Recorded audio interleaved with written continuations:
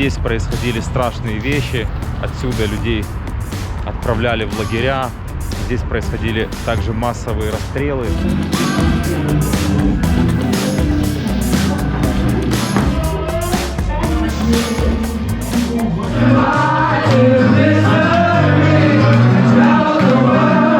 Сейчас мы посетим фабрику знаменитого Шиндлера.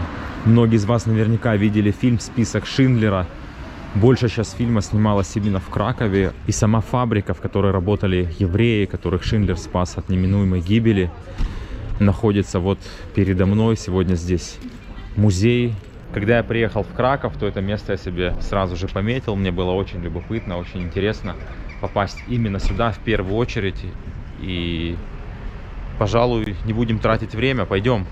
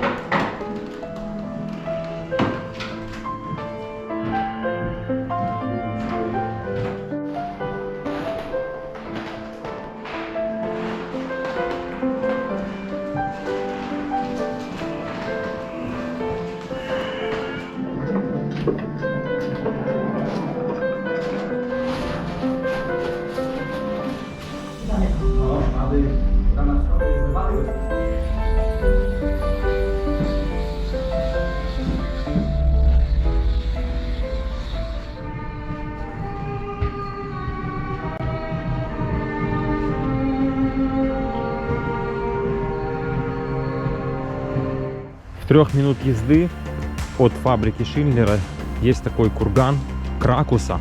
Здесь раньше были захоронения более 2000 лет назад.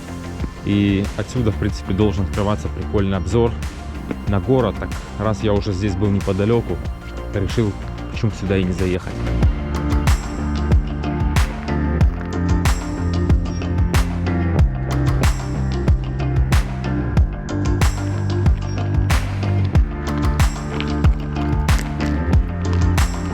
Такой подъем здесь в окружную спиралью. Мне, конечно, проще было бы просто за полминуты бы вскарабкаться наверх и все.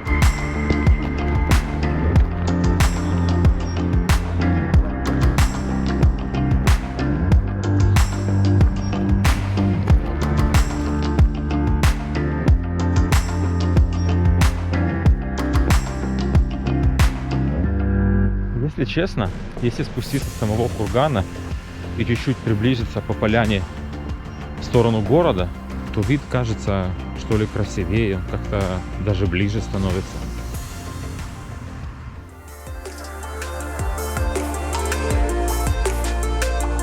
Площадь Героев Гетто.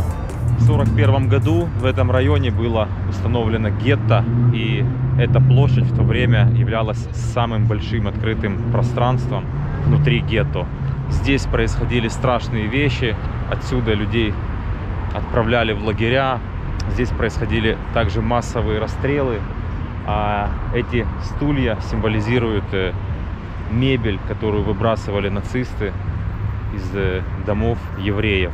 В 2005 году здесь было установлено 70 таких стульев, которые создают ощущение пустоты и напоминают образ депортации того времени.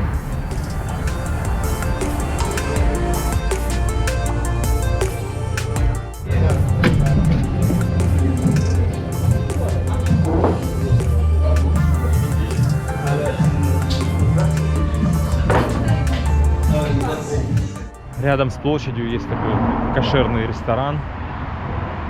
Люди, смотрю, сидят так лицом к площади. 1941 год, видимо, символизирует год создания гетто, а 43 год это тогда, когда гетто было ликвидировано. Давай. Блін, нам треба поїхати в центр.